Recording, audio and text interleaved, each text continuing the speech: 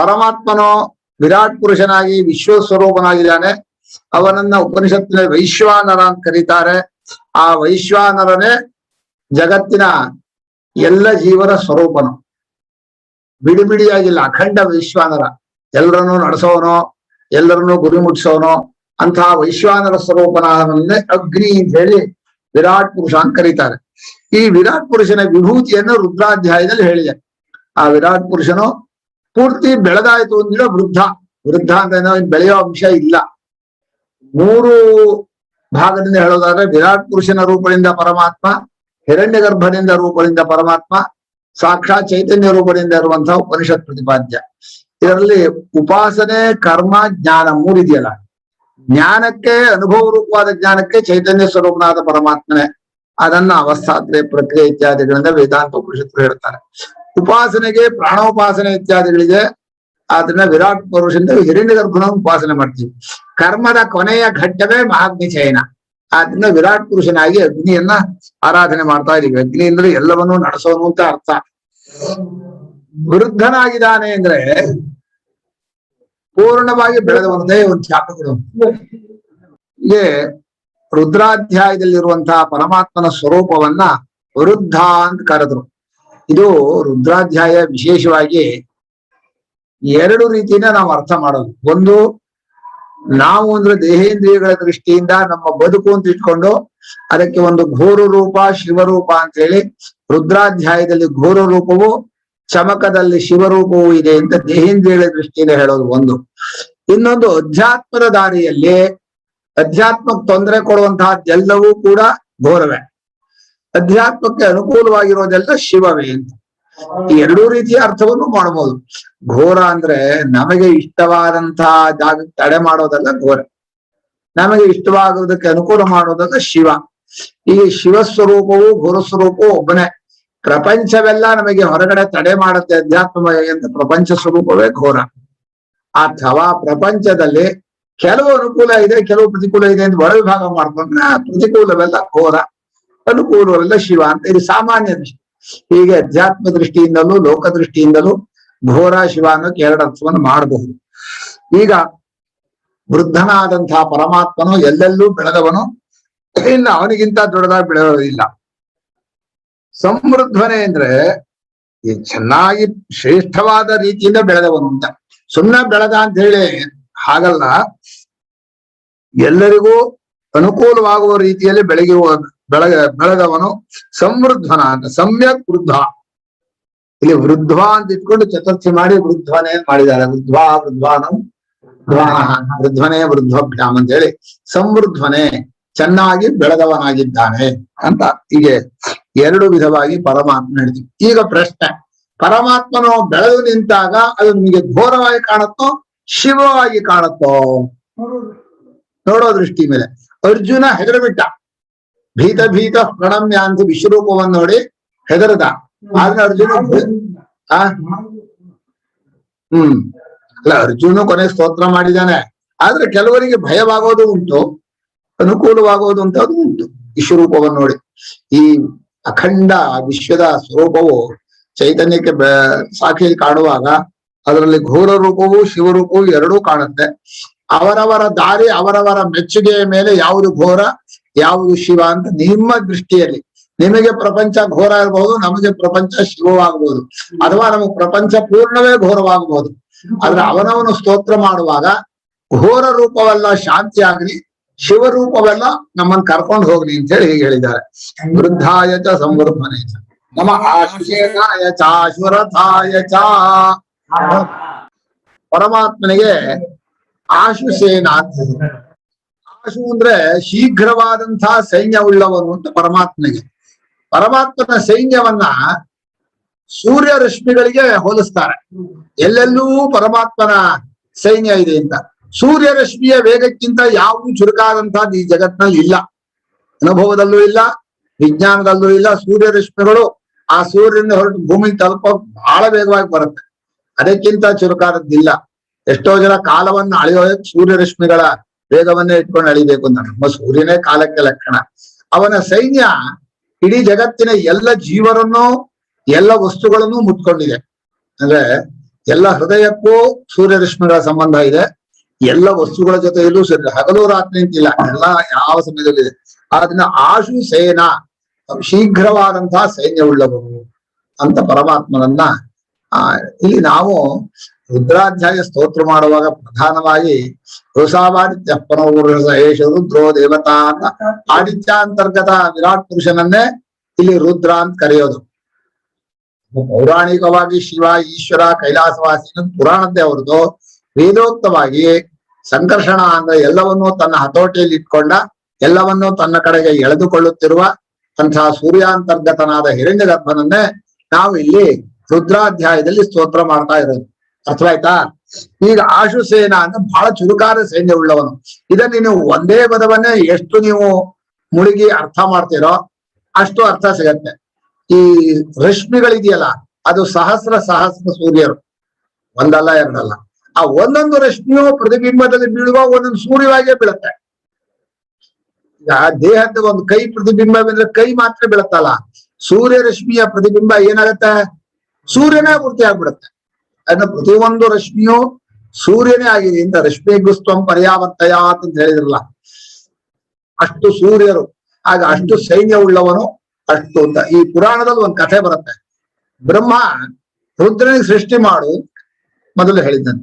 ಅದಕ್ಕೆ ರುದ್ರ ಹೇಳ್ದ, ನಾನ್ ಸೃಷ್ಟಿ ಮಾಡಿದ್ರೆ ನನ್ನ ಹಾಗೆ ಇರೋರು ಸೃಷ್ಟಿ ಆಗ್ತಾರೆ, ಕೆಳಗೆ ಮೇಲೂ ಕೀಳು ಇರೋದಿಲ್ಲ, ನಾನ್ ಅದೆಲ್ಲ ಒಪ್ಪಲ್ಲ ಅಂತ.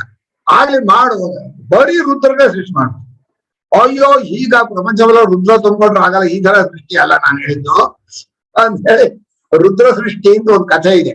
ಹಾಗೆ ಪರಮಾತ್ಮ ತನ್ನ ಸ್ವರೂಪವನ್ನೇ ಸೃಷ್ಟಿ ಮಾಡ್ಕೊಂಡಾದ್ರೆ ತಾನೇ ಬಹಳ ಭಕ್ತ.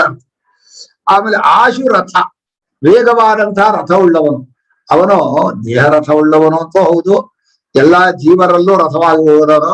ಅತ್ಯಂತ ವೇಗವಾದ ರಥ ಅಂದ್ರೆ ನಮ್ಮ ದೃಷ್ಟಿಯಲ್ಲಿ ಮನೋರಥ, ಮನಸ್ಸಿದೆಯಲ್ಲ, ಬಹಳ ವೇಗವಾದ ರಥ ಉಳ್ಳವನು. ಸೈನ್ಯವೂ ಚುರುಕು, ರಥವೂ ಚುರುಕು. ಕರೆದುಕೊಳ್ಳ ಬರ್ಬೇಕಲ್ಲ ಪರಮಾತ್ಮ ನಮ್ಮ ಹತ್ರಕ್ಕೆ. ಆದ್ರಿಂದ ಬಹಳ ವೇಗವಾದ ಸೈನ್ಯವೂ ವೇಗವಾದಂತಹ ರಥವೂ ಉಳ್ಳವನು.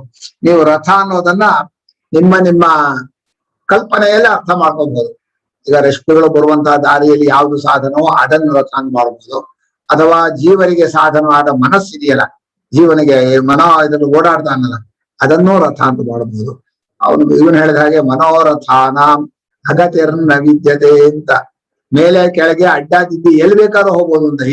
ಏನಮ್ಮ ಶಿವನನ್ನ ಗಂಡ ಅಂತ ಹೇಳಿ ಇಷ್ಟಪಡ್ತೀಯಲ್ಲ, ಇಷ್ಟಪಡಬಹುದಾ ಅಂತ ಕೇಳಿದ್ರೆ, ಹೌದು, ರೂಪಹಾರಿಯಂ ಮನಸ್ಸು ನಿಗ್ರಹ, ರೂಪದಿಂದ ಗೆಲ್ಲೋಕಾಗದೆ ಇರುವಂತ ಆ ಪುರುಷನೇ ನಾನು ಗೆಲ್ಬೇಕು, ಅವನೇ ಅವನಾಗ್ಬೇಕು ಅಂತ ಹೇಳಿ ಪಾರ್ವತಿ ಶಿವನನ್ನ ಇಷ್ಟಪಟ್ಟು ಅನ್ನೋದಕ್ಕೆ ಆ ಕವಿ ಹೇಳುವಾಗ, ಮನೋರಥಕ್ಕೆ ಹೋಗಬಾರದ ಜಾಗವಿಲ್ಲ. ಮನೋರಥ ಅನ್ನೋದು ಎಲ್ಲೆಲ್ಲೂ ಬೇಕಾದ್ರೂ ಹೋಗುತ್ತೆ, ಏನ್ ಬೇಕಾದ್ರೂ ಇಷ್ಟಪಡ್ಬೋದಲ್ಲ. ಇಷ್ಟಪಟ್ಟು ಸಿಗತ್ತೋ ಇಲ್ವೋ ಅನ್ನೋ ವಿಷಯ ಬೇರೆ. ಆದ್ರೆ ಮನೋರಥ ಅನ್ನೋದು ಎಲ್ಲಾ ದಾರಿಯಲ್ಲೂ ನುಗ್ಗುತ್ತೆ. ಈ ಬಾಕಿ ರಥಕ್ಕೆ ರಸ್ತೆ ಬೇಕು, ಮನೋರಥಕ್ಕೆ ರಸ್ತೆ ಬೇಡ. ಆದ್ರೆ ಅತ್ಯಂತ ವೇಗವಾದ ರಥ ಯಾವುದು? ಮನೋರಥ. ಕಿರಣಕ್ಕೆ ಬೇಕಾದಂತಹ ರಥ.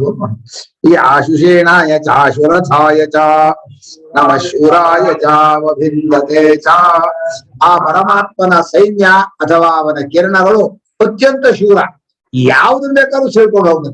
ಈಗ ಸೂರ್ಯನು ಭೂಮಿಯನ್ನು ಹಿಡ್ಕೊಂಡಿದ್ದಾನಲ್ಲ, ಅವನ ಕಿರಣದಲ್ಲೇ ತುಂಡು ಮಾಡಕ್ಕೆ ಆಗಲ್ಲ. ಅದ್ ಎಂಥ ಶಕ್ತಿಯೇ ಏನೋ, ಅಂಥ ಶೂರ, ಎಲ್ಲವನ್ನೂ ಭೇದ ಮಾಡ. ನಮ್ಮ ಹೃದಯದಲ್ಲಿರುವ ಚೈತನ್ಯದ ಜೊತೆಯಲ್ಲಿ ಸೂರ್ಯರಶ್ಮಿ ಸಂಬಂಧ. ಇಲ್ಲಿಂದ ಹೋಗಿ ಅಲ್ಲಿ ಸೂರ್ಯಾಂತರ್ಗತ ಪುರುಷನಿಗೂ ಸೂರ್ಯಾಂತರ ಆಸು ಪ್ರತಾಯಂತೆ ಇದ ಪ್ರಸೃತ್ಯ ತತ್ರ ಪ್ರತಾಯಂತೆ ಅಂತ ಹೇಳಿ ಎರಡೂ ಕಡೆಗೆ ಹರಿತಾಯ್ತು. ಅಂದ್ರೆ ತುಂಡಾಗದ ಕಡಿವೆಡೆಯದ ನಿರಂತರವಾದಂತಹ ವೇಗ ಇರೋದನ್ನ ಶೂರ. ಯಾರೋ? ಪರಮಾತ್ಮ. ಅದು ಅತ್ಯಂತ ಶೂರನಾದಂಥವನು. ಅವಭಿಂದತೆ, ಎಲ್ಲವನ್ನು ಸೀಳು ಬಿಡ್ತಾನೆ, ಎಲ್ಲವನ್ನು ತನ್ನ ಚೂರು ಚೂರು ಮಾಡ. ಕಷ್ಟಗಳನ್ನ ಚೂರು ಮಾಡುವುದ್ರೆ ಕಷ್ಟಗಳನ್ನ ಚೂರು, ಶತ್ರುಗಳನ್ನ ಪುಡಿ ಮಾಡುವುದ್ರೆ ಶತ್ರುಗಳನ್ನು ಪುಡಿ ಮಾಡ್ತಾರೆ. ಅದನ್ನ ಶೂರಾಯ ಜಾವ ಭಿನ್ನತೆ ಆ ಅರ್ಥದಲ್ಲೂ ಮಾಡಬಹುದು. ವೈಜ್ಞಾನಿಕ ಅರ್ಥ ನಿಮ್ಗೆ ಬೇಕಾದ್ರೆ ಸೂರ್ಯರಶ್ಮಿ ಇಟ್ಕೊಂಡ್ ಬೇಕಾದ್ರೂ ಹೇಳ್ಬಹುದು, ಅಥವಾ ಪರಮಾತ್ಮನು ಚೈತನ್ಯ ಸ್ವರೂಪನಾಗಿದ್ದಾನೆ ಆ ರೀತಿಯಲ್ಲೂ ಹೇಳ್ಬೋದು. ನಮಗೆ ಅಚೇತನ ವಸ್ತು ವೇದದಲ್ಲಿ ಇಲ್ಲ, ಚೈತನ್ಯವನ್ನೇ ಒಂದು ಉಪಾಧಿಯ ಮೂಲಕ ನಾವು ಕರೆಯೋದು. ನಮ್ಮ ದೇಹವು ಒಳಗೆ ಚೈತನ್ಯ ಇರೋದ್ರಿಂದ ಅದಕ್ಕೆ ಜೀವ ಅಂತ ಹೆಸರು.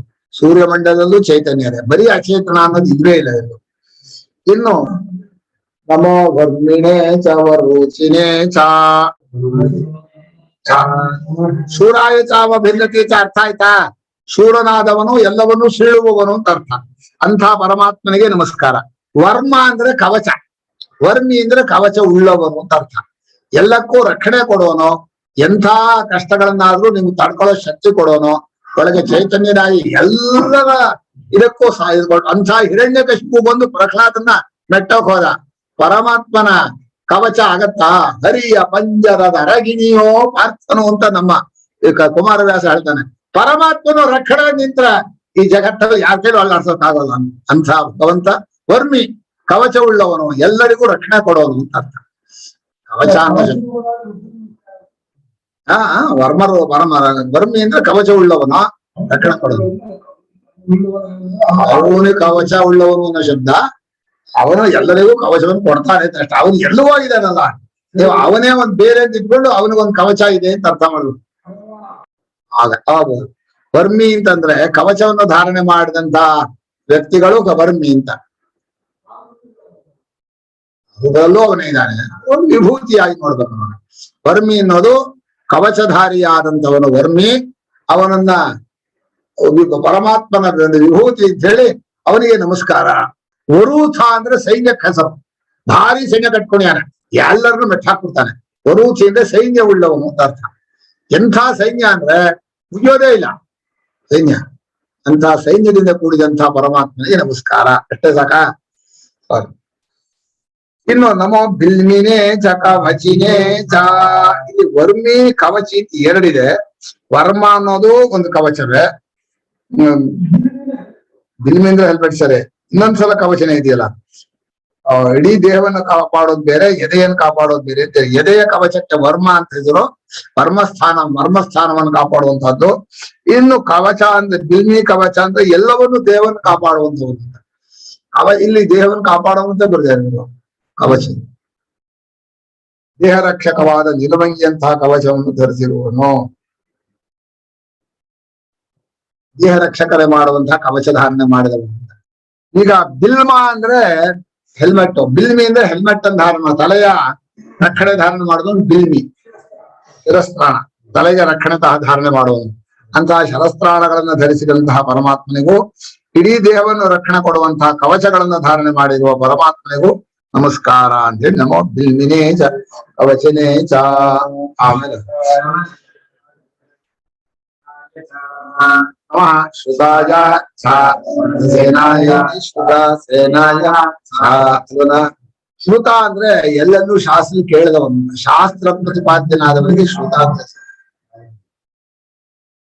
ಏನ್ ಕೇಳಿದ್ರು ಪರಮಾತ್ಮನೇ ನೀವು ಕೇಳಬೇಕು. ಕೇಳಬೇಕಾದದ್ದಕ್ಕೆ ಅರ್ಹತೆ ಉಳ್ಳವನು ಪರಮಾತ್ಮನೊಬ್ಬನೇ. ಆದ್ರಿಂದ ಶ್ರುತ ಅಂತ ಪರಮಾತ್ಮನಿಗೆ ಹೆಸರು. ಶ್ರುತ ಅಂದ್ರೆ ಎಲ್ಲೆಲ್ಲೂ ಪ್ರಸಿದ್ಧನಾದವನು. ಎಲ್ಲ ವೇದಾಂತಗಳಲ್ಲೂ ಅವನನ್ನೇ ಪ್ರತಿಪಾದನೆ ಮಾಡ್ತೀವಿ.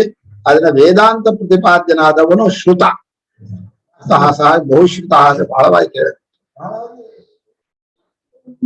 ಕೇಳಿದವನು ಅಂತ. ವೇದ ಪ್ರಸಿದ್ಧನು ಅಂತ ಬರ್ದೇ ಅಲ್ಲ.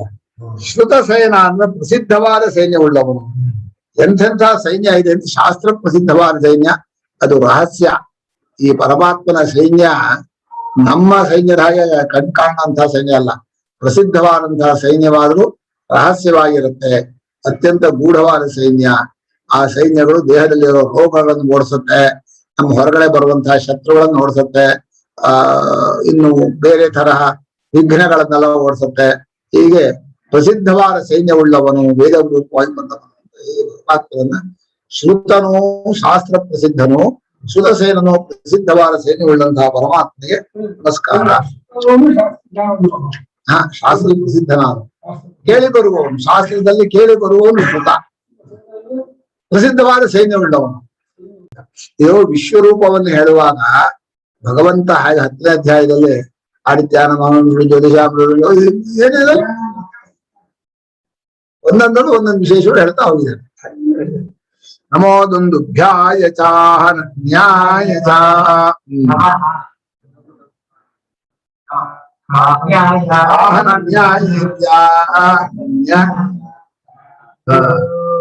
ದುಂದುಭಿಯಿಂದ ಹುಟ್ಟುವಂತಹ ಶಬ್ದ ಅಂತ. ದುಂದುಭಿಯಲ್ಲಿ ಒಳಗಿರೋನು. ದುಂದುಭಿ ಅನ್ನೋದು ಅತ್ಯಂತ ಎಲ್ಲಾ ಶಬ್ದವನ್ನು ಮುಚ್ಚು ಹಾಕುವ ಬಹಳ ಭಯಂಕರವಾದ ಶಬ್ದ. ವಾಕ್ಯಾನ್ ಶಬ್ದ ದುಂದುಭ್ಯಾಘಾತಸ್ಯ ಅಂದ್ರೆ ದುಂದುಭಿಯ ಶಬ್ದದ ಜೊತೆಯಲ್ಲಿರುವಂಥವನು ದುಂದುಭ್ಯ. ಬಹಳ ಶಬ್ದದಲ್ಲಿ ಅತ್ಯಂತ ಶ್ರೇಷ್ಠವಾದ ಶಬ್ದ ಕೊಡೋದು. ಆಹನನ್ಯ ಅಂದ್ರೆ ನಗಾರಿಯಲ್ಲಿ ಹೊಡೆದಾಗ ಕೇಳುವಂತಹ ಶಬ್ದಗಳು ಆಹನನ್ಯ.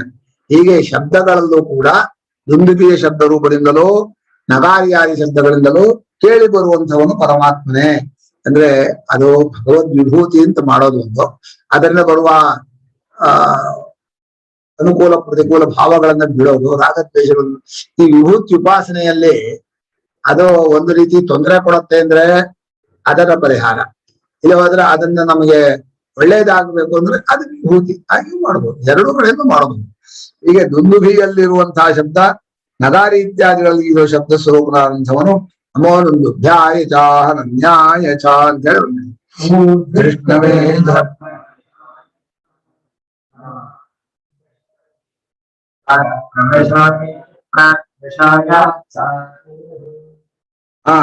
ಧೃಷ್ಟ ಅಂದ್ರೆ ಧೃಷ್ಣು ಅಂತಂದ್ರೆ ಬಹಳ ಸಹಿಸ್ಕೊಳ್ಳೋರು. ಎಂಥ ಕಷ್ಟವನ್ನಾದ್ರೂ ನಿಲ್ಸ್ಕೊಂಡು ಸ್ಥಿರವಾಗಿ ನಿಲ್ಲೋರು. ಏನು ಬಂದ್ರು ಪರ್ವತದಂತೆ, ಅಚಲವಾದ ಪರ್ವತದಂತೆ ಮಳೆ ಬಂದ್ರೆ ಹಾಗೆ ಸಹಿಸ್ಕೋತಾನೋ, ಕಷ್ಟಗಳ ಮಳೆ ಸುರಿ ಬೆಟ್ಟಾಗು ಅಲ್ಲಾಗು ಕಷ್ಟಗಳ ಮಳೆ ಸುರಿಯೇ ಬೆಲ್ಲವಾಗು ಬಲ್ಲಿದರೊಳಗೆ ಎಲ್ಲರೊಳಗೊಂದಾಗು ಮಂಕೋತಿಂಬ ಅಂದ್ರೆ ಕಷ್ಟಗಳು ಎಷ್ಟು ಬಂದ್ರು ಕಲ್ಲು ಹಾಗೆ ಇರ್ಬೇಕು ಅಂತ. ಹಾಗೆ ದೃಷ್ಟು ಅಂದ್ರೆ ಹಾಗೆ ಧೃತಿಯಿಂದ ಕೂಡಿದವನು. ಕಷ್ಟಗಳೇ ಎಷ್ಟೇ ಬಂದ್ರು ದೃಷ್ಟು ಅಂದ್ರೆ ಸಹಿಸುವವನು ಅಥವಾ ಆಕ್ರಮಣ ಮಾಡೋನು, ಎಲ್ಲ ಮೆಟ್ಟಿ ನಿಂತುವಂಥವನು ಅಂಥ ಪರಮಾತ್ಮ.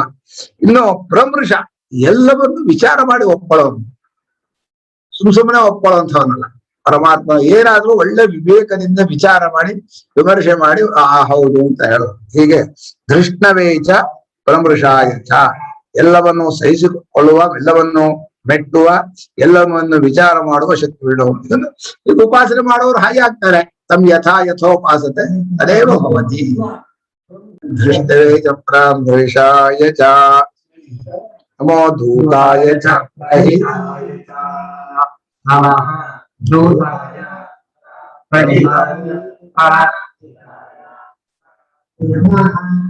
ದೂತನಾಗಿರೋನು ಅಂತ ಅರ್ಥ. ದೂತ ಅನ್ನೋ ಶಬ್ದಕ್ಕೆ ಯಾವುದ ವಿಷಯವನ್ನು ಇನ್ನೊಬ್ರಿಗೆ ತಲುಪಿಸ್ಬೇಕೋ ವಿಕಾರವಿಲ್ಲದೆ ಹೇಳ್ತಾರೆ. ಇವ್ರು ಹೇಳಿದ್ದು ಹೀಗೆ, ಇವ್ರು ಹೇಳಿದ್ದು ಹೇಗೆ, ಎಲ್ಲವನ್ನೂ ತಲುಪಿಸೋನು. ಒಂದು ದೃಷ್ಟಿಯಿಂದ ದೂತನ ಕೆಲಸ ಕರ್ಮಯೋಗ ಅನ್ಸುತ್ತೆ.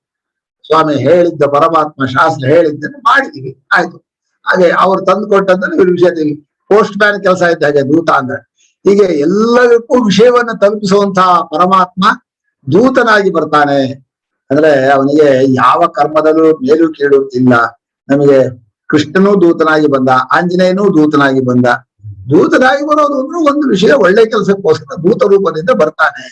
ಹಾಗೆ ದೂತಾಯ ಚ ಪ್ರಹಿತಾಯ ಚ ಕಳಿಸಲ್ಪಟ್ಟವನು ಅಂತಿದೆ.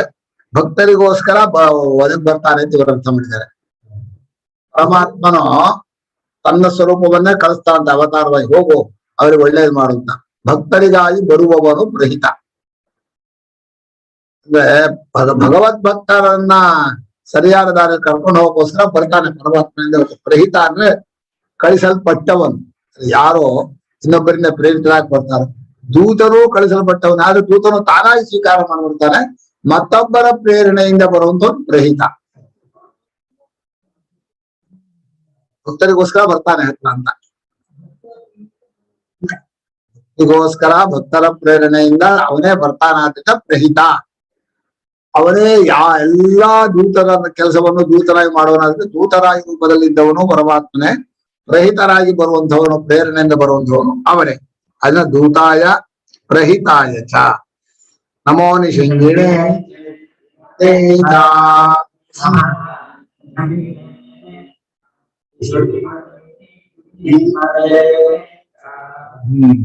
ನಿಷಂಗ ಅಂದ್ರೆ ಬತ್ತಳಿಕೆ, ಬತ್ತಳಿಕೆಯಿಂದ ಕೂಡಿದವನು.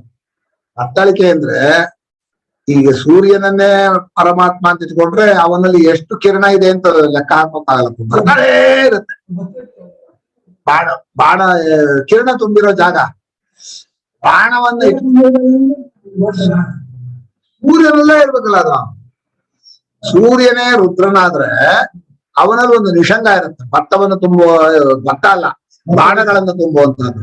ಬಾಣಗಳನ್ನು ತುಂಬಿರುವಂತಹ ಒಂದು ಗೂಡಿಗೆ ನಿಷಂಗ ಅಂತ ಹೆಸರು. ಆ ನಿಷಂಗವನ್ನು ಕಟ್ಕೊಂಡವನು ಹಿಂದ್ಗಡೆ ಕಟ್ಕೋತಾರಲ್ಲ,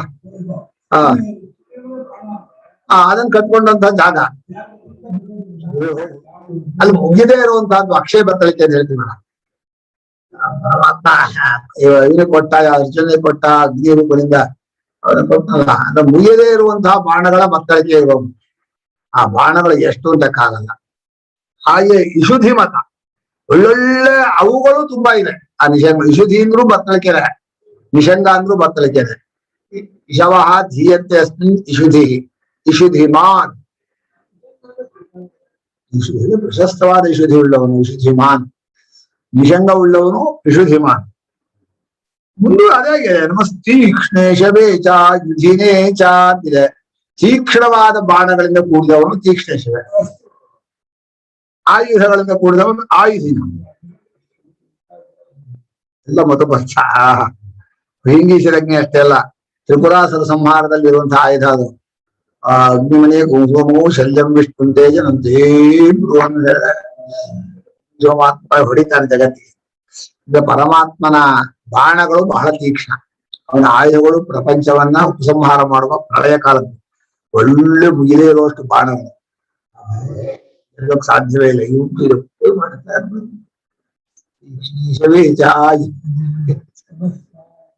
ನಮ ಸ್ವಾಯುಧಾಯ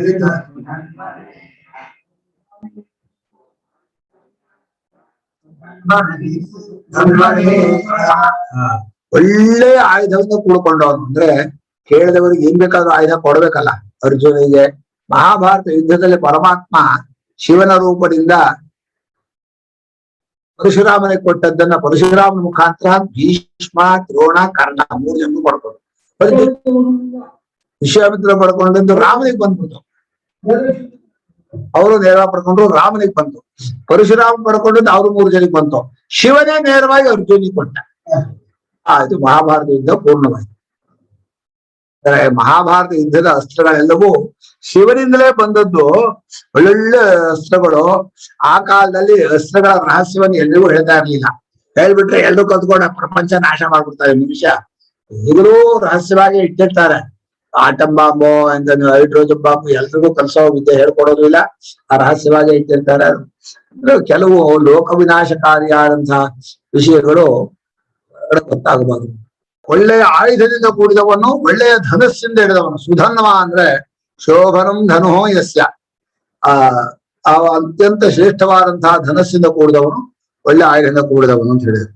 ಇದಿಷ್ಟು ಒಂದು ಭಾಗವಾಯಿತು. ಇನ್ನು ನಮ್ಮ ಶ್ರುತ್ಯಾಯ ಚ ಪಥ್ಯಾಯ ಚ ಹೇಳ್ರ.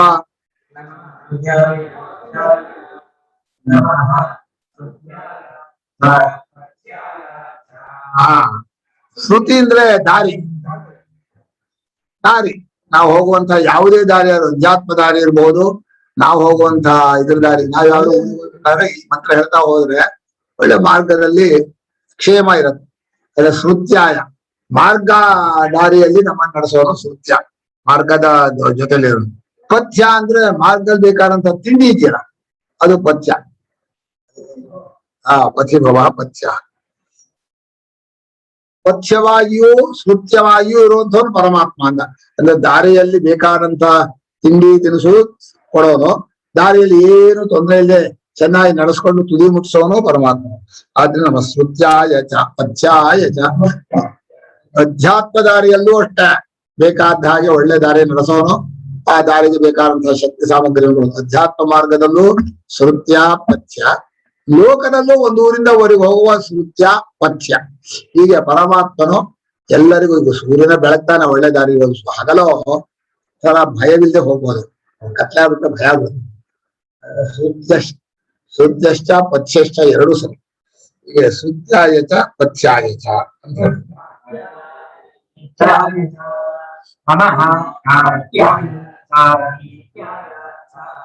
ಕಾಟ್ಯ ಅಂದ್ರೆ ಎಲ್ಲೆಲ್ಲೋ ಸಂಚಾರ ಮಾಡೋನು. ಕುತ್ಸಿತಂ ಅಟತಿ ಅಂತ ಎಲ್ಲೆಲ್ಲೋ ಸುತ್ತಾಡೋನು, ಲೆಕ್ಕ ಇಲ್ಲ, ಅವನು ಕಾಟ್ಯ. ಆ ಕಾಟ ಅದು ಕೂವಿಗೆ ಕಾ ಬರುತ್ತೆ. ಓಹ್ ಕತ್ತ ಕಾಜ ಕೂ ಬರುತ್ತೆ, ಕಾನು ಬರುತ್ತೆ, ಕತ್ತು ಬರುತ್ತೆ. ಕತ್ತಂತ ಕೂನದು ಕತ್ತಾಗತ್ತೆ. ಕಾಟ್ಯ ಕಾಟ್ಯ ಅಂದ್ರೆ ಅತ್ಯಂತ ಕೆಟ್ಟವಾದಂತಹ ಜಾಗದಲ್ಲಿ ಇರೋನು, ಓಡಾಡೋನು ಅಂತ ಅರ್ಥ. ಅಥವಾ ಇದು ಅತ್ಯಂತ ಆಳವಾದ ಜಾಗದ ನೀರಿನಲ್ಲಿ ಇರೋ ಲಿಂಗರೂಪಿಯಾಗಿರೋ ಏನೇನೋ ಅರ್ಥ ಮಾಡಿದ್ದಾರೆ. ಆಳವಾದ ನೀರಿನಲ್ಲಿ ಲಿಂಗರೂಪದಿಂದ ಇರೋನು ಕಾಟ್ಯ ಅಂತ. ಎಂತ ಅದ ಅರ್ಥ ಬರೋಲ್ಲ ಅಲ್ಲಿ. ಕಾಟ್ಯ ಅಂದ್ರೆ ಎಲ್ಲೆಲ್ಲ ಹುಚ್ಚರಾಗೆ ದೂರ್ವಾಸನ ಅಲ್ದಾಡ್ತಾರಲ್ಲ, ಹೌದಾ? ಅಡ್ಡಾದಿಡ್ಡಿ ಓಡಾಡೋನು ಅಂತ ಅರ್ಥ. ಹೇಳಿದ ಗುರು ಗೊತ್ತು ಗುರು ಇಲ್ಲದೆ ಎಲ್ಲಾಯ್ತು ಅಲ್ಲದೆ ಸನ್ಯಾಸಿಗಳಂತೆ ಎಲ್ಲೆಲ್ಲೋ ಅಡ್ಡಾದಿಡ್ಡಿ ಓಡಾಡೋನು ಕಾಟ್ಯ. ಸ್ವಾಮಿ ನಮಗೆ ಗೊತ್ತು ಗುರಿ ಇಲ್ಲ, ಎಲ್ಲಿ ಹೋಗ್ಬೇಕು ಅಂತಿಲ್ಲ, ಏನೋ ನಿಯಮ ಇಲ್ಲ, ಏನೋ ಸಂಚಾರಿಗಳಾಗಿರ್ತೀವಿ, ಎಲ್ಲೆಲ್ಲೋ ಅಲ್ದಾಡ್ತೀವಿ. ಆದ್ರೆ ಕಾಟ್ಯ. ಕಾಟಾಚಾರ ಕಾಟಾಚಾರ ಅಂತ. ನೀಪ ಅಂದ್ರೆ ತಗ್ಗು ಪ್ರದೇಶ. ತಗ್ಗು ಪ್ರದೇಶದಲ್ಲಿರುವಂತಹ ನೀರಿನ ಜೊತೆಯಲ್ಲಿರುವ ಜನರು ನೀಪ್ಯ. ಆ ನೀರು ನೀಪ, ನೀಪದ ಜೊತೆಯಲ್ಲಿರೋ ಜನ ನೀಪ್ಯ. ಅವ್ರ ಜೊತೆಯಲ್ಲೂ ಇರ್ತಾರೆ. ಕಿಲ್ಲಿ ಕೇತರು ನೀರ್ ಹತ್ರ ಇರೋದು. ಎಲ್ಲಿ ನೀರಿಲ್ಲದೆ ಅವ್ರ ಜನ ಎಲ್ಲಿ ಇರ್ತಾರ? ನೀರೊಳಗೆ ಅಲ್ಲ. ನೀಪಾನು ಆ ಪ್ರದೇಶಕ್ಕೆ ಹೆಸರು. ತಗ್ಗು ಪ್ರದೇಶದಲ್ಲಿ ನೀರಿನ ಜೊತೆ ವಾಸ ಮಾಡುವ ಜನರು ದೀಪ್ಯರು ಅಂತ. ದ್ವೀಪ್ಯರು ಅಂತ ಹೇಳಿದ್ದಾರೆ. ದ್ವೀಪದಲ್ಲಿರೋ ದ್ವೀಪ್ಯರ ಹಾಗೆ ನೀಪದಲ್ಲಿರೋ ದೀಪ್ಯರು. ದೀಪ್ಯರ ರೂಪರಾಗಿ ಇರ್ತಾನೆ ಪರಮಾತ್ಮನು. ನೀಪ್ಯನಾಗುವುದಾನೆ, ಕಾಟ್ಯನಾಗುವುದಾನೆ. ಈ ಕೆಲವು ಪದಗಳು ಭಗವಂತನ ಮಹಿಮೆಯನ್ನು ಕೊಂಡಾಡುವಾಗ ಎಲ್ಲದರಲ್ಲೂ ನೋಡ್ಬೇಕು ಅನ್ನೋಕ್ಕೋಸ್ಕರ ಹೇಳಿರ್ತಾರೆ. ನಮ್ಮ ಸೂರ್ಯಾಯ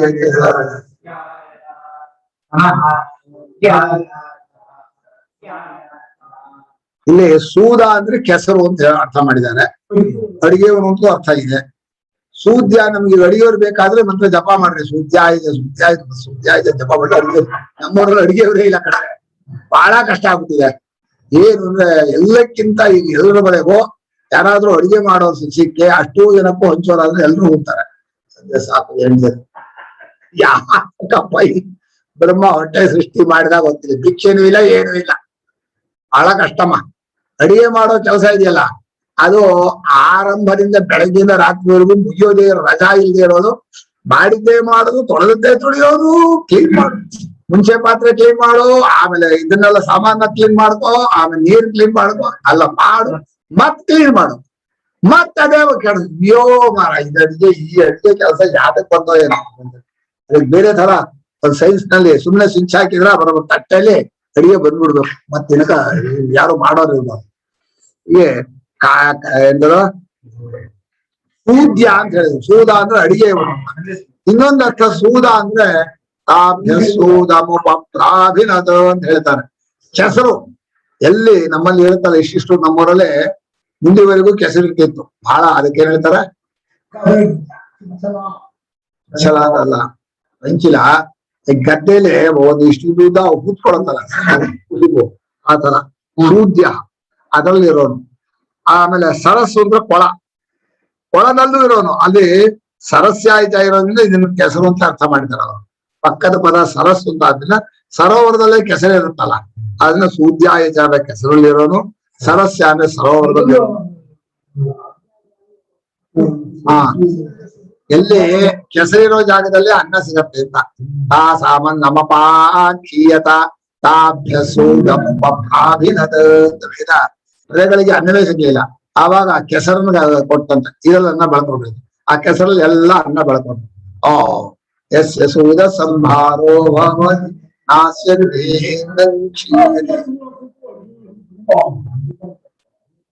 ಕೆಸರಾಗೆ ಇರ್ತಾರಲ್ಲ. ಇನ್ನೊಂದು ಅರ್ಥ ಏನಿದೆ ಅಂದ್ರೆ ಸೂದ ಅಂದ್ರೆ ಕೊಲ್ಲೋದು ಅಂತ. ಸೂದಯತಿ ಅಂದ್ರೆ ಕೊಲ್ತಾರೆ. ಮಧುಸೂದನ ಕೊಲ್ಲುವವನು ಅಂತ ಅರ್ಥ. ಆದ್ರಿಂದ ಒಂದು ರೀತಿ ಸೂದ ಅಂದ್ರೆ ಇದು ಅಡಿಗೆ ಅವ್ನು ಕೊಲ್ತಾಂತಾನೆ, ಹೆಸರು ಕೊಲ್ತಾರ. ಇವರು ಕೌಶಿಕದಲ್ಲೇ ಹೆಸರು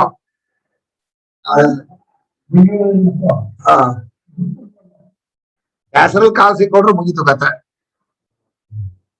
ಉದ್ಯಾಯ ಚ ರಸ್ಯಾಯ ಚ ಆಯ್ತು. ನಮೋ ನಾದ್ಯಾಯ ಚ ವೈಶಂತಾಯ ಚ. ನದಿಯಲ್ಲಿರೋ ನಾದ್ಯ, ಎಲ್ಲೆಲ್ಲಾ ನದಿಗಳಲ್ಲೂ ಒಂದು ಪ್ರಕರಣ ಬಂದ್ರೆ ಆ ಪ್ರಕರಣದಲ್ಲಿರೋ ಎಲ್ಲ ವಸ್ತುಗಳ ಹೆಸರು ಹೇಳ್ತಾರೆ. ಈಗ ಕೆಸರಾಯ್ತು, ಸರೋವರ ಆಯ್ತು, ಆದ್ಮೇಲೆ ನದಿ. ನಾದ್ಯ ಅಂದ್ರೆ ನದೀಶು ಭವ ನಾದ್ಯ. ಆ ನದಿಯಲ್ಲಿರೋನು ರೇಷಂತ ಪಲ್ವಲೆ, ಹೊಂಡಗಳಲ್ಲಿರೋನು ವೈಶಂತ. ಆ ಒಳ್ಳೊಳ್ಳೆ ಹೊಂಡಗಳಿದೆ. ನಮ್ಮಲ್ಲೂ ಮಾರಿ ಹೊಂಡ ಅಂತಿದೆ. ಪೂಜಾ ಮಾರಿ ಏನಾದ್ರು ಮುಳುಗಿಸ್ತಾ ಇದ್ದಾರೆ ರಾಂದೆ. ಈಗ ಅರಬು ಕೂತಿ ಹೋಯ್ತಲ್ಲ, ಏನೋ ರಿಪೇರಿ ಮಾಡಿಸ್ತೀವಿ ಅಂತ ಇದ್ರು. ಹೀಗೆ ಹೊಂಡ ಅನ್ನೋದು ಎಲ್ಲಾ ನೀರು ಹೋಗಿ ಸೇರ್ಕೊಳ್ಳೋ ಜಾಗ. ಆದ್ರೆ ಭೂಮಿನೇ ಫಿಲ್ಟ್ರು. ಹೊಂಡ ಇಲ್ಲದೆ ಹೋದ್ರೆ ಬಾವಿ ನೀರು ಬರೋಲ್ಲ. ಒಂದ್ ರೀತಿ ನಾವ್ ಹೇಳ್ತೀವಲ್ಲ, ಹೊಳೆ ಚೆಲ್ಲೋಕ್ಕೂ ಜಾಗ ಇರ್ಬೇಕಲ್ಲ. ಬೆಂಗಳೂರಲ್ಲಿ ಕಸ ಹಾಕೋಕ್ ಒಂದ್ ಜಾಗ ಬೇಕಲ್ವಾ? ಕಸ ಹಾಕ್ತಾ ಹೋದ್ರೆ ಎಲ್ಲಿ ಕಸ ಏನ್ ಮಾಡ್ತೀರ ನೀವು? ಅಷ್ಟು ಪ್ಲಾಸ್ಟಿಕ್ ಎಲ್ಲ. ಹಾಗೆ ಹೊಂಡಕ್ಕೆ ಎಲ್ಲ ನೀರುಗಳು ಹೋಗಿ ಸೇರ್ಕೊಳ್ಳುತ್ತೆ. ಅದು ಭೂಮಿಯಲ್ಲಿ ಫಿಲ್ಟರ್ ಆಗಿ ಎಲ್ಲ ಕಡೆಗೂ ಮತ್ತೆ ಬರುತ್ತೆ. ಈ ಹೊಂಡಗಳಲ್ಲೂ ಇರೋನು, ನದಿಗಳಲ್ಲೂ ಇರೋನು ಅಂತ ಆಯ್ತು. ಆಯ್ತಾ? ನಮೋ ನಾದ್ಯಾಯ ಚ ವೈಶಂತಾಯ ಚ ನಾಮ ಉಪ್ಯಾಯ ಚ ಭಕ್ತ್ಯಾಯ ಚ.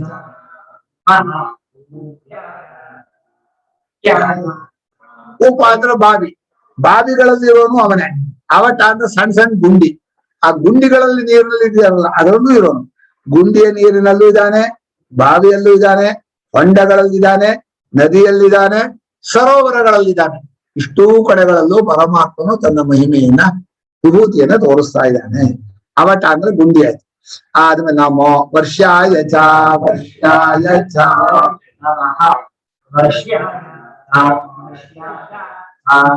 ವರ್ಷಾಯ ಚ. ವರ್ಷ ಅಂದ್ರೆ ಮಳೆಗಳಲ್ಲಿರೋನು. ಈಗ ನೀರಿನ ಜಾಗ ಹೇಳ್ತಾ ಬಂದಾಗ ಮಳೆ ಎಲ್ಲೆಲ್ಲಿ ಬರುತ್ತೋ ಆ ಮಳೆಯ ರೂಪದಿಂದ ಬರೋನು ಪರಮಾತ್ಮನೇ. ಇನ್ನು ಮಳೆ ಇಲ್ಲದೆ ಬರಗಾಲ ಬರುತ್ತಲ್ಲ, ಆ ತರ ರಾಜಸ್ಥಾನ್ ಮರುಭೂಮಿ, ಅಲ್ಲೂ ಅವರ್ಷಾಯ. ಅಲ್ಲೂ ಕೂಡ ಹೋಗುತ್ತೋ ಏನೋ ಇಲ್ವೋ ಗೊತ್ತಿಲ್ಲ, ಒಟ್ಟು ಅವರ್ಷಾಯನ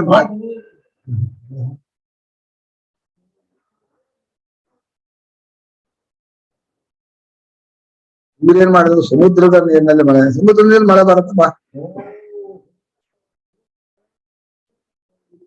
ಮಳೆ ಅಪೇಕ್ಷೆಯಲ್ಲೇ ನೀರು ಇಟ್ಕೊಂಡಿರೋನು ಸಮುದ್ರ ಅವಶ್ಯಾಯ ಅಂದ್ರೆ ಹಾಗರ್ಥ ಮಾಡಿದ್ದಾರೆ. ಬರದೆ ಹೋದ್ರು ನೀರು ಇರುತ್ತಲ್ಲ, ಹಾಗ ಅರ್ಥ ಮಾಡಿದ್ದಾರೆ. ನಾವು ಅಷ್ಟೆಲ್ಲ ಇಲ್ಲ. ಮಳೆಗಾಲದಲ್ಲಿ ಮಳೆ, ನಿಮಗೆ ನಮ್ಮೂರಲ್ಲಿ ಎರಡು ತರ. ಮಳೆ ಬಂದಾಗ ಕೆಲವರು ಸಂತೋಷ ಪಡ್ತಾರೆ, ಅಯ್ಯೋ ಮಳೆನೇ ಬೇಜಾರು ಮಾಡ್ತಾರೆ. ಮಳೆ ಇಲ್ಲದೆ ಇದ್ದಾಗ ಸದ್ಯ ಸಾಕಾಯ್ತಪ್ಪ ಅಂದ್ರೆ ನಮ್ಮ ಅಯ್ಯೋ ಮಳೆನೇ ಇಲ್ಲ. ಹಿಡಿದು ಪಚ್ಚೆ, ನದಿ, ಆಮೇಲೆ ಸರೋವರ, ಹೊಂಡ, ಬಾವಿ, ಗುಂಡಿ, ಮಳೆ, ಇನ್ನು ಸಮುದ್ರ, ಇಷ್ಟು ಜಾಗ, 8 ಜಾಗದಲ್ಲಿ ನೀರಿದೆ. ಇನ್ನು ಎಲ್ಲಿದೆ ಇದೆ? ನಮೋ ಮೇಘ್ಯಾಯ ಚ ವಿದ್ಯುತ್. ಮೇಘದಲ್ಲೂ ಇರೋನು. ಮೇಘ ಅಂದ್ರೆ ಮೋಡ. ಮೋಡಗಳಲ್ಲಿ ನೀರು ರೂಪದಿಂದ ಇರುವಂತವನು ಪರಮಾತ್ಮನೇ, ಅವನಿಗೆ ನಮಸ್ಕಾರ. ವಿದ್ಯುತ್. ವಿದ್ಯುತ್ ಅಂದ್ರೆ ಮೋಡಗಳಲ್ಲಿ ಕತ್ತರಿಸಿದಾಗ ಬರುತ್ತಲ್ಲ ಸಿಡಿಲು ಮಿಂಚು, ಅದು ದ್ಯೋ ಅವಖಂಡನೆ ಧಾತು.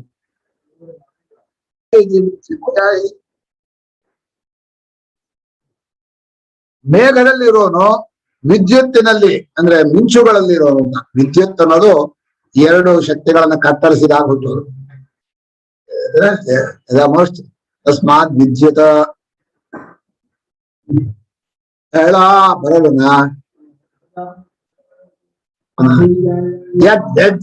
ತಸ್ಮಾತ್ ವಿದ್ಯುತ್ ಕತ್ತರಿಸಿದಾಗ ಪಕ್ ಅಂತ ಬರುತ್ತಂತೆ. ಆದ್ರೆ ವಿದ್ಯುತ್, ಈಗ ವಿದ್ಯುತ್ ಅಲ್ಲಿ ಇರುವಂತವನು. ಈಗ ಮೇಘದಲ್ಲೂ ವಿದ್ಯುತ್ ಅಲ್ಲೂ ಇರೋನು ಅಂತ ಆಯ್ತು. ಇನ್ನು ನಮ್ಮ ಇದ್ರಿಯಾಯ ಚಾತ್,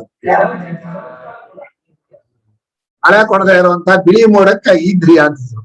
ಇಲ್ಲ ಮಳೆ ಇಲ್ಲ, ಬರೀ ಬಿಳಿ ಮೋಡಗಳು ಬರ್ತದೆ, ಅದು ಈದ್ರಿಯ. ಆ ಮೋಡಗಳಲ್ಲಿ ಇರೋನು. ಆತಪ ಅಂದ್ರೆ ಬಿಸಿಲು. ಬಿಸಿಲಲ್ಲೂ ಇರುವಂತವನು. ಈ ರೀತಿ ಪರಮಾತ್ಮನು ಎಲ್ಲೆಲ್ಲೂ ಇದ್ದಾನೆ ಅಂತ ಹೇಳಿದೆ. ಚೆನ್ನಾಗಿ ಬಿಸಿಲು ಬಂದ್ಬಿಟ್ಟು ಜೋರ ಆದ್ರೆ ಗಾಳಿ ಜೋರಾಗತ್ತೆ. ಆ ವಾತ್ಯಾಯ ಒಳ್ಳೆ ವಾತ್ಯ ಅಂತ ವಾದಗಳು, ಸುಂಟ್ರಗಾಳಿ. ಸುಂಟ್ರಗಾಳಿ ರೂಪದಲ್ಲಿ ಬರೋನು ಪರಮಾತ್ಮನೆ. ರೇಷ್ಮ ಅಂದ್ರೆ ರಶ್ಮಿ. ರಶ್ಮಿ ಆಯ್ತ ಹೇಳ್ಬೇಕು, ರೇಷ್ಮಿ ಆಯ್ತ ಅಂತ ಹೇಳಿ. ಅಂದ್ರೆ ರಶ್ಮಿಗಳ ರೂಪದಲ್ಲಿ, ಕಿರಣ ರೂಪದಲ್ಲಿ ಬೆಳಕಾಗಿ ಬರುವನು ಪರಮಾತ್ಮನೆ. ನಮೋ ವಾಸ್ತವ್ಯಾಯ. ವಾಸ್ತವ್ಯ ಅಂದ್ರೆ ಮನುಷ್ಯನಿಗೆ ವಾಸ್ತು ಅಂದ್ರೆ ಮನೆ. ವಾಸ ಮಾಡುವ ಜಾಗ. ಅಲ್ಲಿ ಸುಖವಾದ ಜಾಗವನ್ನು ಉಂಟು ಮಾಡೋದ್ರಿಂದ ಅಲ್ಲಿರೋನು ವಾಸ್ತು ಪುರುಷ ಅಂತ ರುದ್ರನಿಗೆ ಹೆಸರು. ಇಲ್ಲಿ ನಮ್ಮನ್ನು ಒಂದು ಇದಾಗಿದೆ, ವಾಸ್ತೋಷ್ಪತಿ ಸುರಪತಿ ಅಂತ ಇಂದ್ರನಿಗೆ ಕರೆದ್ರು, ಇಂದ್ರನ ಪೂಜೆ ಮಾಡ್ರಿ ಅಂದ್ರು. ಅವರು ರುದ್ರ ಹೇಳ್ತು, ರುದ್ರ ಕಲ್ವೈ ವಾಸ್ತೋಷ್ಪತಿ, ರುದ್ರನೇ ವಾಸ್ತೋಷ್ಪತಿ ಅಂತ ಹೀಗೆ ನಮ್ ವೇದದಲ್ಲಿ ಹೇಳುತ್ತೆ. ವಾಸ್ತು ಅಂದ್ರೆ ಮನೆ ಹೆಸರು, ವಾಸ್ತವ್ಯ ಅಂದ್ರೆ ಮನೆಯನ್ನು ರಕ್ಷಣೆ ಮಾಡುವಂತವನು ಅವನು ರುದ್ರನೇ. ಅವನು ವಾಸ್ತವ್ಯನಾಗಿ ವಾಸ್ತುಪ ಅಂದ್ರೆ ಮನೆ ಒಳಗೂ ರಕ್ಷಣೆ ಮಾಡ್ತಾನೆ, ಮನೆ ಹೊರಗಡೆಯಲ್ಲೂ ಕಾಪಾಡುವುದು. ಮನೆಗೆ ಬೇಕಾದಂತಹ ಸುಖ ಹಣ ಸಾಮಗ್ರಿ ಕೊಡೋನು ಅವನೇ ವಾಸ್ತವ್ಯ, ಅಂದ್ರೆ ವಾಸಕ್ಕೆ ಯೋಗವಾಗುವಂತಹ ಮನೆಯನ್ನು ಕೊಡೋನು. ಇನ್ನು ವಾಸ್ತುವನ್ನು ರಕ್ಷಣೆ ಮಾಡ್ಬೇಕು ಎಲ್ಲ ಕಡೆಯಿಂದ, ಅದನ್ನುಂಟು ಮಾಡುವನು ಪರಮಾತ್ಮ. ವಾಸ್ತವ್ಯಾಯ ಚ ವಾಸ್ತುಪಾಯ ಚ ನಮ ಸೋಮಾಯ ಚ ರುದ್ರಾಯ ಚ. ಈಗ ಸೋಮ ಅಂದ್ರೆ ತಂಪಾಗಿ ಸೋಮರೂಪದಿಂದ ಚಂದ್ರರೂಪದಿಂದ ಎಂಥವ್ರು ಪರಮಾತ್ಮ. ಇದು ಸಾಚ ಉಮಾಚಂದ್ ಮಾಡಿ ಉಮಾ ಸಹಿತ ಅಂತ ಅರ್ಥ ಮಾಡ್ತಾರೆ. ಪಾರ್ವತಿ ಪಶ್ಚ ರಮೇಶ್ವರ ಸಂಬಂಧ, ಈ ಪಶ್ಚ ರಮೇಶ್ವರ. ಇದು ಸೋಮ ರುದ್ರ ಇದೆಯಲ್ಲ, ಇದು ಜಗತ್ತನ್ನು ಎಲ್ಲಾ ಕಡೆಯಿಂದ ಅಗ್ನಿ ಸೋಮಾತ್ಮಕಂ ಜಗತ್. ಬಿಸಿ ಮತ್ತು ತಂಪು ಎರಡು ಎಲ್ಲಿ ಸೇರುತ್ತೋ ಅಲ್ಲಿ ಶಕ್ತಿ ಅನ್ನೋದು ಹುಟ್ಕೊಳ್ಳೋದು. ಹೊಟ್ಟೆಯಲ್ಲಿ ಉಷ್ಣ ಇದೆ, ಹಸಿವು, ಅದು ಬಿಸಿ. ಅದಕ್ಕೆ ಅನ್ನ ಅನ್ನೋ ತಂಪು ಹೋಗಿ ಸೇರಿದ್ರೆ ಒಳಗೆ ಅದು ಎರಡು ಸೇರಿ ಶಕ್ತಿಯಾಗಿ ಬರುತ್ತೆ. ಎಲ್ಲೆಲ್ಲಿ ಉಷ್ಣ ತಂಪು ಸೇರುತ್ತೋ ಅಲ್ಲಿ ಶಕ್ತಿ ಅನ್ನೋದು ಎನರ್ಜಿ ಬಲ ಅನ್ನೋದು ಬರುತ್ತೆ. ಅದನ್ನ ಸೋಮ ರುದ್ರ ಇಬ್ರು ಸೇರ್ಬೇಕು. ಸೇರಿದಾಗ ನಮಗೆ ಒಳ್ಳೆ ಶಕ್ತಿ. ಒಬ್ಬನೇ ಪರಮಾತ್ಮನೇ ಉಷ್ಣ ರೂಪನಾಗಿ ಸೂರ್ಯನ ರೂಪನಾಗಿದ್ದವನು ಅಲ್ಲಿಂದೇ ತಂಪಾಗಿ ಬರ್ತಾನೆ. ಆಶ್ಚರ್ಯ ನನಗೆ. ನಮ್ಮ ವೇದದಲ್ಲಿ ಸೂರ್ಯನಿಂದ ಮೇಲೆ ಸೋಮರಸ ಇದೆ ಅಂತ ಹೇಳಿದ್ರು. ಸೋಮ ಅಂದ್ರೆ ಪ್ರಪಂಚಕ್ಕೆ ಪುಷ್ಟಿ ಕೊಡುವ ರಸಾತ್ಮಕವಾದಂತಹ ದೇವತೆ. ಸೂರ್ಯನಿಗೂ ಇಂಧನವಾಗಿ ಮೇಲಿತ್ತು. ತೃತೀಯ ಸ್ಯಾಮಿತೋ ದಿವಿ ಸೋಮ. ಅದನ್ನ ಗಾಯತ್ರಿ ಹೋಗಿ ತಗೊಂಡ್ಬರ್ತದೆ ಅದರ ಇದರಿಂದ ಸೂರ್ಯ ರಶ್ಮಿಗಳ ಮುಖಾಂತರ ಬಂದವು. ಆ ಸೂರ್ಯ ರಶ್ಮಿ ಮುಖಾಂತರ ಬರುವಾಗ ಸೂರ್ಯ ರಶ್ಮಿಗಳಲ್ಲಿ ಸೋಮದ ರಸವೂ ಇದೆ. ನೀರನ್ನು ಹೀರ್ಕೊಳತ್ತೆ, ನೀರನ್ನು ಕೊಡತ್ತೆ, ಅನ್ನವನ್ನು ಬೆಳೆಸತ್ತೆ, ಅನ್ನವನ್ನು ಕೊಲ್ಲತ್ತೆ. ಈ ಎರಡೆರಡು ದೃಷ್ಟಿ ಇದೆ. ಅಂದ್ರೆ ತಂಪು ಹೌದು, ಉಷ್ಣವೂ ಹೌದು, ಎರಡೂ ಆಗತ್ತೆ. ಬಿಸಿ ಬಂದ್ರೆ ಬಿಸಿ ತರ ಆರಿ ತಂಪಾಗೋದು. ಆ ತಂಪು ಅನ್ನೋದು ಬಿಸಿಯನ್ನು ಹಿಡ್ಕೊಳತ್ತೆ. ಯಾವಾಗ ಬಿಸಿಯು ತಂಪು ಸೇರ್ತೋ ಆವಾಗ ಶಕ್ತಿ. ಹೀಗೆ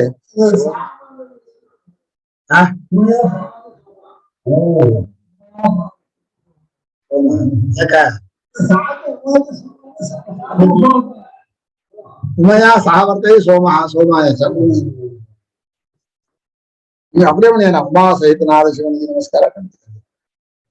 ಅವ ಸೋಮದಿಂದ ಕೂಡಿದಂಥವನು ರುದ್ರನಾಗಿರೋನು. ದುಃಖವನ್ನು ಓಡಿಸೋನು ರುದ್ರ. ಒಳ್ಳೆ ತಂಪನ್ನ ಸಂತೋಷವನ್ನು ಕೊಡೋನು ಸೋಮ.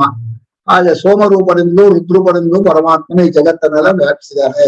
ಎಲ್ಲೆಲ್ಲೂ ಅಗ್ನಿ ಸೋಮರಿಬ್ಬರೇ ಇರೋದು. ಆ ಸೋಮನಾದಂತಹ ರುದ್ರನಾದ ಆದಿತ್ಯ ತಾಮ್ರಾಯ ಚ ಋಣಾಯ ಚ.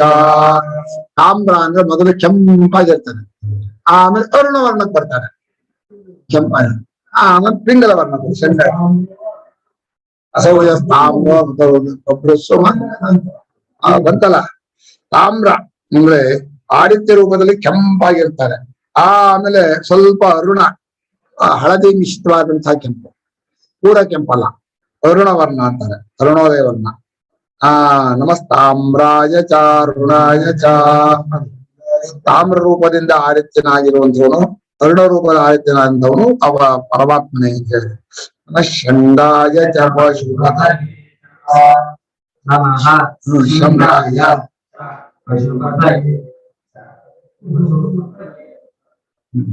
ಶಮ್ ಅಂದ್ರೆ ಸುಖವನ್ನ ಕಳಿಸೋದು. ಶಮ್ ಅಂದ್ರೆ ಸುಖ, ಗ ಅಂದ್ರೆ ಗಮಯತಿ ಮಾಡುದು.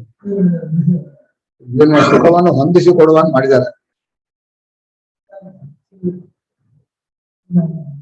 ಒಳ್ಳೆ ಸುಖ ಕೊಡೋನು. ಯಾರ್ಯಾರು ಏನೇನ್ ಸುಖ ಬೇಕೋ ಅದೇ ಸುಖವಾಗಿ ಚೆನ್ನಾಗಿ ಆನಂದವಾಗಿ ಕೊಡೋನು. ಶಂಗಾಯ ಸಮಸ್ತ ಜೀವಕ್ಕೂ ಅಧಿಪತಿ ಆದ ಪಶುಪತಿ. ಎಲ್ಲ ಜೀವರನ್ನು ಕರ್ಕೊಂಡು ಹೋಗೋನು, ಎಲ್ಲರಿಗೂ ಅಧಿಪತಿ ಆದ್ರಿಂದ ಪಶುಪತಯೇ ಚ.